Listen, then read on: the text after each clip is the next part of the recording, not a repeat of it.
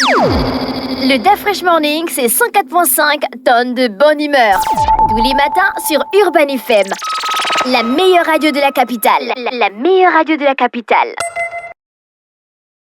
Vous êtes sur les 104.5 Urban FM, la station urbaine, et vous écoutez le DAF Fresh Morning, le réveil matinal le plus haut de la capitale, sur la radio la plus haute de la capitale. Ce matin, dans notre émission, on reçoit le professeur Alphonse Dinganzingi, qui est directeur de l'IRCH. Il est accompagné du professeur Fabrice Mfulumba. Dans notre émission, ils vont parler de l'atelier de lancement du programme national de recherche, culture et développement durable du Gabon. Ils sont avec nous dans le studio. Professeur Alphonse Dinga, bonjour. Bonjour. Rapprochez-vous du micro, s'il vous plaît. Merci d'avoir accepté notre invitation. Vous êtes professeur, ça veut dire que vous êtes docteur, plus quelques années d'études. Exact. ça fait au total combien? Écoutez, déjà, être professeur, ça nous prend déjà pratiquement 7 ans. On ajoute encore... Non, ça c'est docteur, c'est 7 docteur ans. Déjà, et puis il faut encore ajouter à peu près 6 ans dessus. 6 ans. En fait, vous avez consacré toute votre vie à la recherche. Comme la plupart des professeurs, comme tous les professeurs d'ailleurs qui sont... D'accord. Donc dès qu'on voit professeur, ça veut dire qu'il y a au moins plus de 15 ans d'études. Vraiment, oui. Vous aimez ça, faire des études, faire des recherches? À un moment, ce n'est même plus une question de choix. On ne sait même pas savoir si on aime ou pas. Oui. On se retrouve là, directement là-dedans. Et puis, tant qu'on y est, ça veut dire qu'on se sent bien. Et quand on se sent bien, ça veut dire qu'on aime déjà, quoi. L'Institut des recherches des sciences humaines, oui. Ça cherche quoi, en fait, chez les humains? Alors, l'Institut de recherche en sciences humaines, l'IRCH, est un institut donc, du CNRS. En fait, le CNRS, c'est le grand centre. Oui. Le centre qui pilote donc le Centre national de recherche et technologique. Et en son sein, il y a 5 instituts donc, de recherche. Et chaque institut est spécialisé effectivement sur un domaine précis. Alors, donc, au niveau de l'IRCH, nous sommes plus spécialisés donc, sur les sciences humaines et sociales. C'est-à-dire que nous étudions l'homme, l'homme gabonais, oui. Et nous étudions aussi son environnement et le lien qui existe entre le Gabonais et son espace vital. C'est trop compliqué. Ça, c'est simple. C'est une façon de dire qu'en fait... Professeur Foul, on ne peut pas faire plus simple. Je crois que c'est assez simplifié. C'est assez pour simplifié. Vous, bien sûr, qui avez ce niveau d'études. Il s'agit tout simplement d'étudier l'homme dans son environnement, de voir quelles sont ses pratiques, ses conduites, ses besoins et comment il se projette comment il interagit avec cette nature. Donc, on va étudier la philosophie, l'anthropologie. Voilà. Effectivement, la philosophie, l'anthropologie,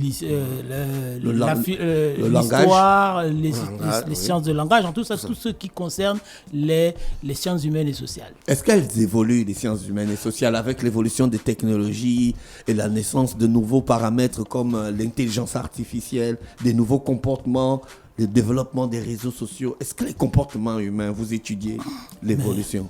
Mais à partir du moment où l'homme est un être anisotrope, c'est-à-dire qu'il est condamné à s'adapter à son environnement. Et depuis l'Antiquité et même avant la préhistoire, l'homme a été confronté à des évolutions dans son environnement et il s'est adapté progressivement.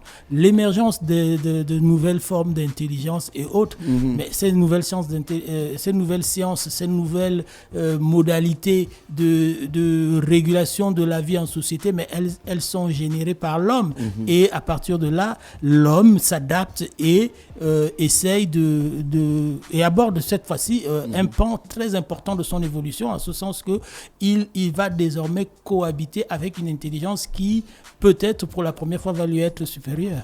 Professeur Ndinga, pourquoi on n'est jamais... Pourquoi ce n'est pas accessible, le résultat de vos recherches sur l'homme? On ne connaît pas l'homme gabonais parce que les scientifiques qui doivent étudier l'homme gabonais ne mettent pas à disposition du grand public leur travail. On ne peut pas dire que c'est pas accessible. On ne peut pas dire, selon l'IRCH, 98% des Gabonais mangent la patate douce. On ne connaît pas, on n'a pas de statistiques. Oui, c'est vrai. En fait, les travaux ne sont pas très divulgués, ne sont pas souvent rendus publics. Pourquoi? Je parle du public par rapport au large public, parce qu'en fait, la diffusion qui est faite, c'est à travers donc des revues spécialisées. Et vous me posez la question, mais c'est pas tout le monde qui lit ces revues spécialisées. Celui qui est à Kingele ou à Québec quelque part ou en zone rurale, ne lit pas forcément ces revues-là. Déjà, l'Union, notre quotidien, c'est pas tout le monde qui prend le temps de le lire. Et combien de fois, effectivement, les travaux des scientifiques. Oui, les travaux sont là. Et effectivement, en fait, l'une de nos priorités, j'allais dire, nos rêves, Oui. effectivement, doit être de pouvoir rendre accessible, surtout au niveau d'un large public, le résultat des travaux que nous faisons. Oui. C'est donc l'une des missions, justement, de ce grand programme donc, national de recherche Oui, le programme sur de la la culture et développement durable du Gabon. Parce qu'il s'agira, donc, non pas de s'enfermer dans les laboratoires Oui. et de parler du Gabon là entre experts, mais c'est plutôt de sortir de ces laboratoires, d'aller vers le Gabonais, Oui. effectivement, d'aller dans les villages, les coins les plus reculés, oui, discuter avec ces gens-là, nos parents qui sont là, et puis essayer donc de s'imprégner. Parce que ces gens, ce sont des monuments en termes de connaissances. Ils ont beaucoup de choses.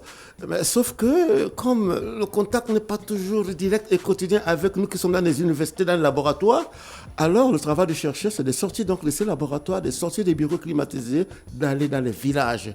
Effectivement. Et ça sera donc, Donc, en fait, l'une des fonctions de ce travail-là. Votre ambition dans ce programme-là, c'est de retrouver l'homme gabonais L'homme dans gabonais. son entièreté. Exact. Et créer une base de données d'informations sur ça. Oui, aller donc dans son village, c'est pour ça Oui. que je parlais de son milieu, Oui, son où il milieu. vit, effectivement, savoir comment il vit, même si on a à peu près une idée de la vie du village. Et après, il faut venir dans les laboratoires pour pouvoir maintenant vulgariser ces informations-là à travers vous, les médias, à travers les émissions télévisées, effectivement, expliquer aux gens que, oui, il y a telle ethnie au Gabon dont on ne connaît pas vraiment forcément l'existence. Oui. Oui. Est-ce que vous savez que tel aliment que nous mangeons n'existe qu'au Gabon et que ça peut aussi soigner, ça a telle autre vertu? Est-ce que vous savez qu'il y a telle chose dans telle partie du Gabon? Vous voyez? Parce que quelqu'un qui est né à Libreville, qui a toujours vécu à Libreville pendant 40 ans, il ne sait pas forcément ce qui se passe dans l'arrière-pays. Oui. Voilà. Et notre rôle à nous, c'est d'aller là-bas et apporter les informations ici. Professeur Onfoul, c'est pas un peu trop tard cette initiative qu'on devait avoir depuis des années pour avoir une véritable base de données du Gabonais dans son entièreté?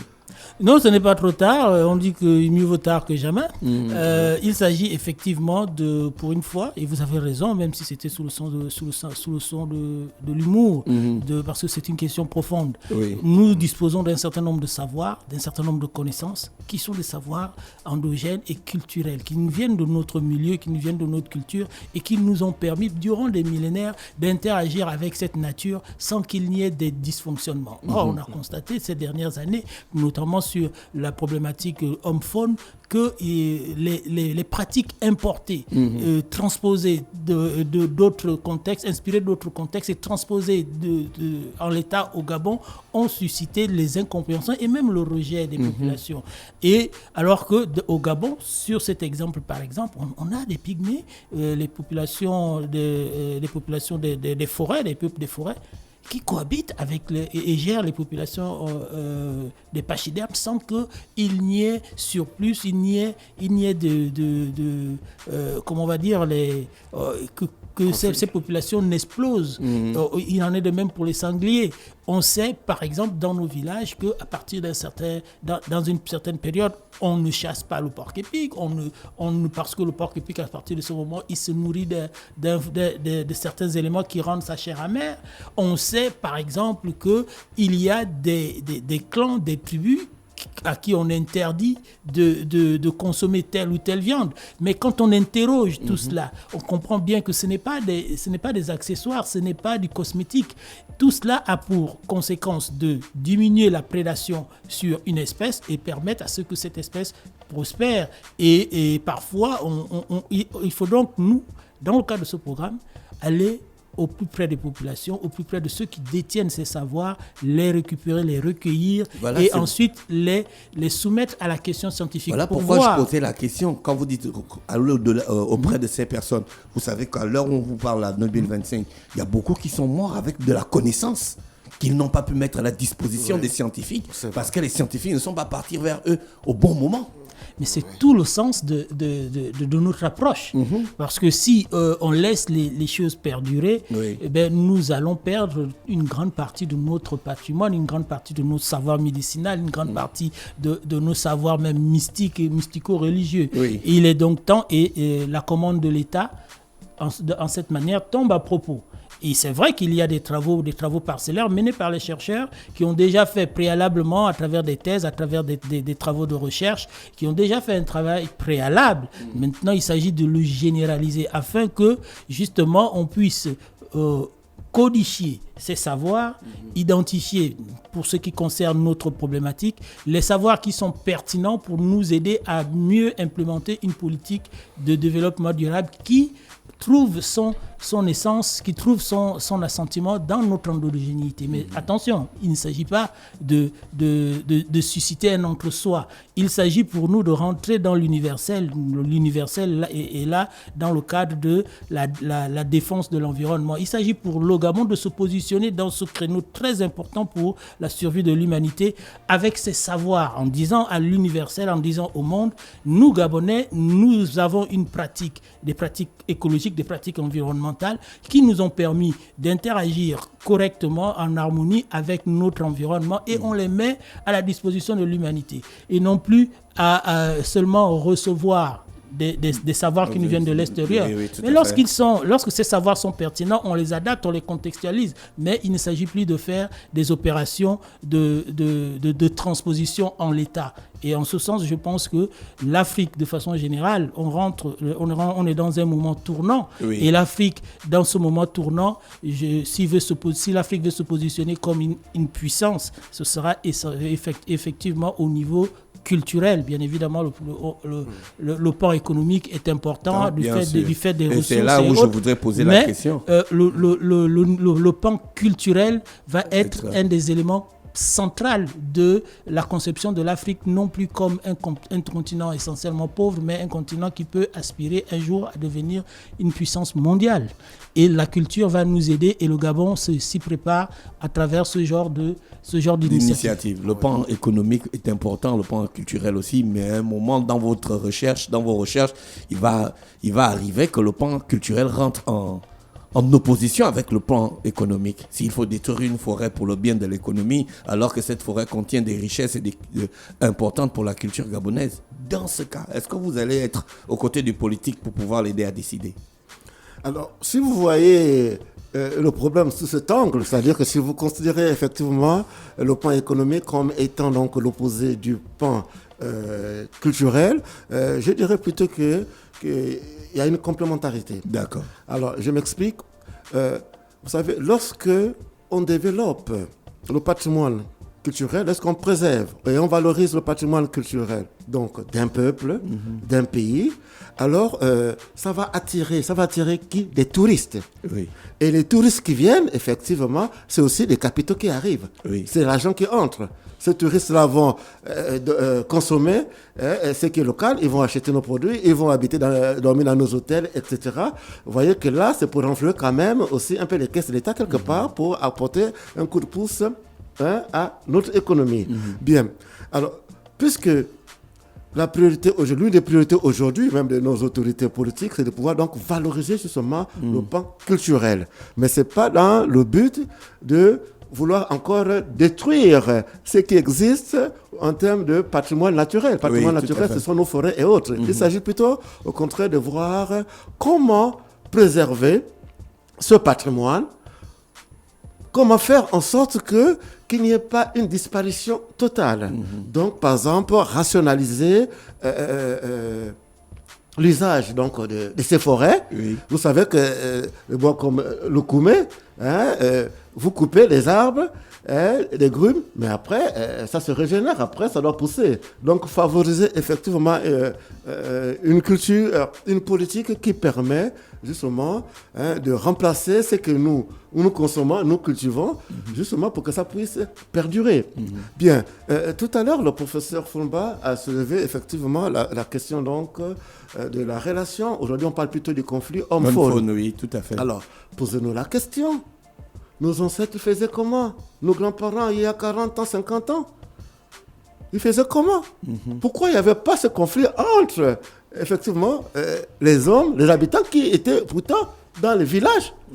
Mais ils cohabitaient avec... Oui, mais il y a 40 ans, il n'y avait pas des investisseurs qui détruisaient une partie de la forêt pour partie de faire la fuir forêt. les animaux C'est vers vrai. les villages. C'est pour ça qu'on leur repartit vers ces anciens-là et puis leur demander comment vous faisiez effectivement pour que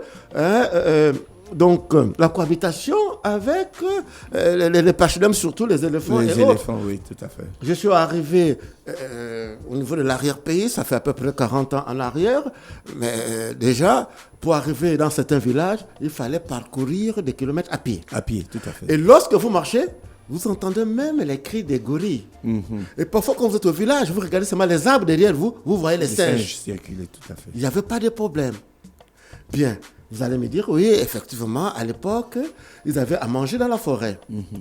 Mais puisque, d'un côté, on commence, parce que c'est tout ça, c'est l'homme qui est à l'origine. Oui, tout à fait. On est allé bouleverser, effectivement, l'organisation naturelle du cadre de vie de ces animaux. Ben, s'ils ne trouvent plus à manger là où ils étaient, et qu'il y a des maniocs, des bananes derrière nos villages, ben, ils vont se rapprocher. Tout à fait. Ils vont se rapprocher. Vous voyez? Et là, maintenant, un peu partout, dans le monde, le gros problème maintenant, c'est pour ça qu'on parle aujourd'hui du conflit homme-faune. Les animaux viennent vers nous, d'accord. Maintenant, comment faire pour pouvoir vivre, puisqu'on ne va pas non plus tous les tuer. Il y a des espèces qu'il faut bien aussi préserver, évidemment, surtout les éléphants et autres.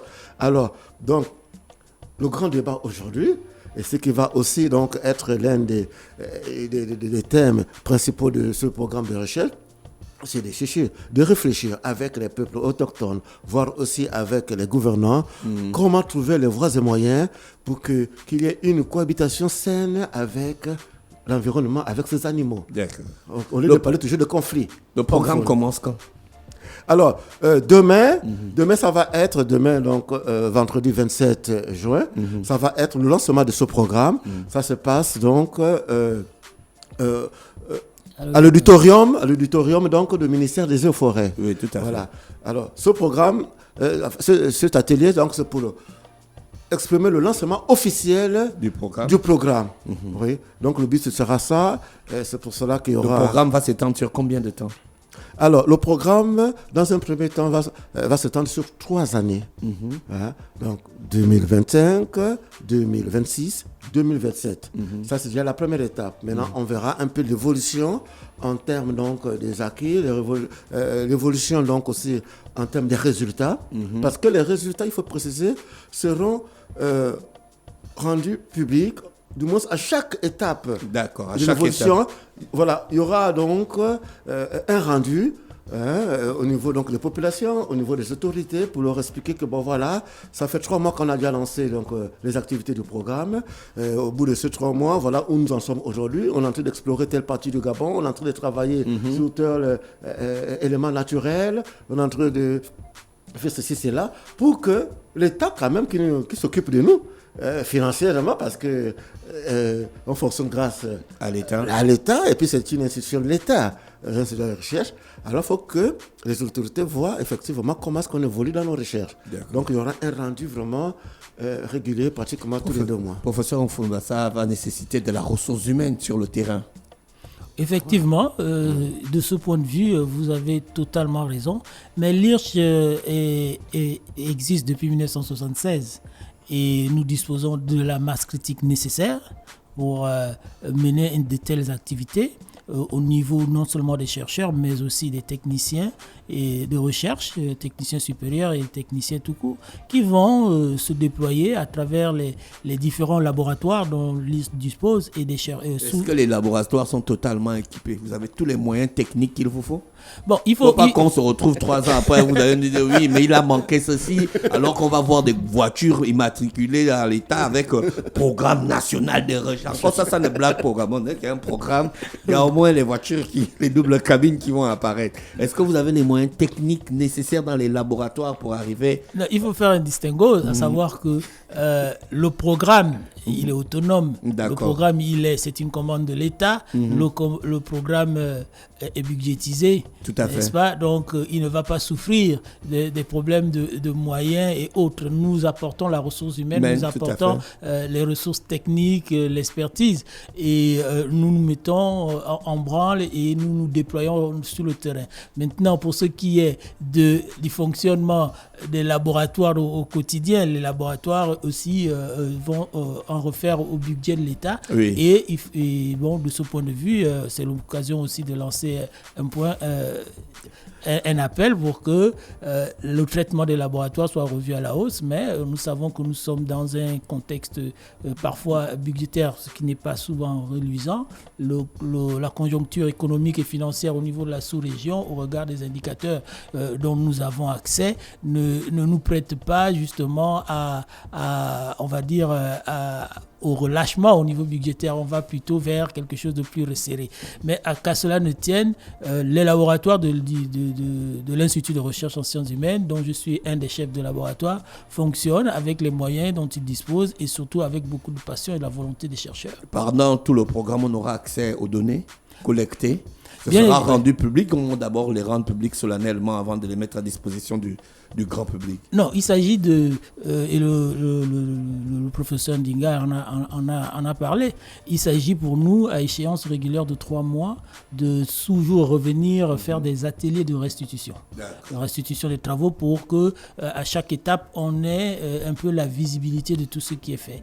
Et pourquoi pas apporter les correctifs sur les épistémologies, sur pourquoi pas les problématiques et même les méthodologies que nous aurons appliquées qui ne se seraient pas montrées beaucoup plus efficientes face au terrain, parce que vous savez, nous les chercheurs, nous disons souvent, c'est le terrain qui guide la manœuvre. Oui, on peut dans le cadre de la pré-enquête avoir des a priori, émettre des hypothèses, mais maintenant arriver sur le terrain, d'autres réalités peuvent et c'est justement ça la beauté du travail. D'accord, le rendez-vous est donné pour le 27 juin 2025 du côté de l'auditorium du ministère des Eaux et Forêts, 6 au boulevard. Oui. Professeur Ndinga, on vous remercie. Professeur Ofolumba, on vous remercie d'avoir accepté notre invitation. Vous souhaitez passer une bonne journée à l'écoute des programmes d'Urban FM.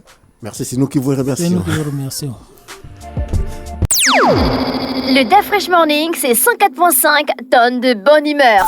Tous les matins sur Urban FM. La meilleure radio de la capitale. La meilleure radio de la capitale.